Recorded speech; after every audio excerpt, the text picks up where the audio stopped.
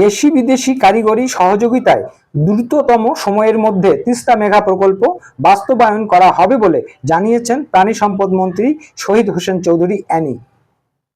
দেশের সর্ববৃহৎ সেচ প্রকল্প তিস্তা ব্যারেজ পরিদর্শন ও সাংবাদিকদের সঙ্গে মত বিনিময়কালে তিনি একথা বলেন। মন্ত্রী জানান, প্রধানমন্ত্রী তারেক রহমানের অন্যতম নির্বাচনী প্রতিশ্রুতি এই প্রকল্প বাস্তবায়নে প্রায় 13 থেকে 14,000 কোটি টাকার প্রয়োজন হবে। প্রধানমন্ত্রী নিজেই এই কাজের সার্বিক অগ্রগতি তদারকি করছেন এবং ইতিমধ্যে একাধিক কমিটি গঠন করে দিয়েছেন। বাংলাদেশের এটা উত্তরাঞ্চল, এই উত্তরাঞ্চলের জন্য যে সমস্যাটা দূরীকরণ করতে গিয়ে এই প্রকল্পটা আমাদের জন্য খুব জরুরি, খুব বেশি প্রয়োজন, অত্যাবশ্যকীয়।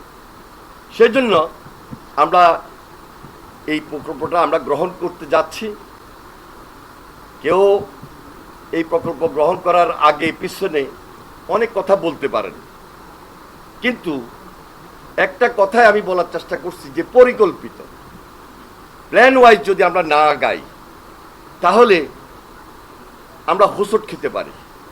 যার কারণে বিশেষজ্ঞ টিম, একটা টিমে শুধু কাজ করবেন না, আমাদের পানি উন্নয়ন বোর্ডের IWM, আমাদের আরেকটা আছে CEGIS, বিদেশি, সেটা যদি 2-4টা বিভিন্ন দেশের হয় আমরা সবার মতামত গ্রহণ করব এবং সকলের মতামত গ্রহণ করে আমাদের বাংলাদেশের যারা বিশেষজ্ঞ টিম রয়েছেন এবং বাংলাদেশের প্রকৌশল বিশ্ববিদ্যালয় বুয়েট, ওনারা একটা সেমিনারের আয়োজন করবেন আমাকে বলেছেন।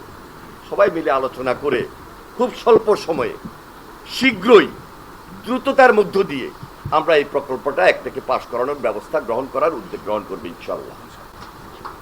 যেই প্রকল্পের গ্রহণ করার ক্ষেত্রে মাননীয় প্রধানমন্ত্রী খুবই আন্তরিক, তিনি নিজে কমিটমেন্ট দিয়েছেন, জাতির সামনে তুলে ধরেছেন এবং আমাদের আশার ক্ষেত্রে আমাদেরকে তড়িৎ নির্দেশনা দিয়েছেন।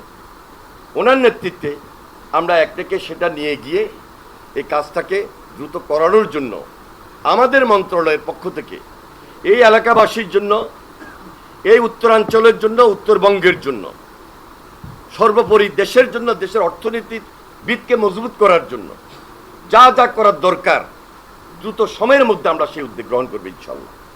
আমাদের মন্ত্রণালয়ের প্রতিমন্ত্রী সাহেব আছেন, সচিব সাহেব আছেন, ডিজি সাহেব আছেন, ইঞ্জিনিয়ার সাহেবরা আছেন, সবাই মিলে এই ব্যাপারে দ্রুত কাজ করছেন এবং কাজ করে আমরা এই প্রকল্পটাকে দৃশ্যমান করার জন্য খুব বেশি চেষ্টা করছি।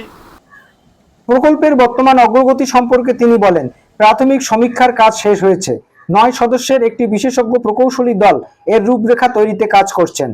আগামী 2-1 মাসের মধ্যেই এই মহাপরিকল্পনার আনুষ্ঠানিক যাত্রা শুরু হবে।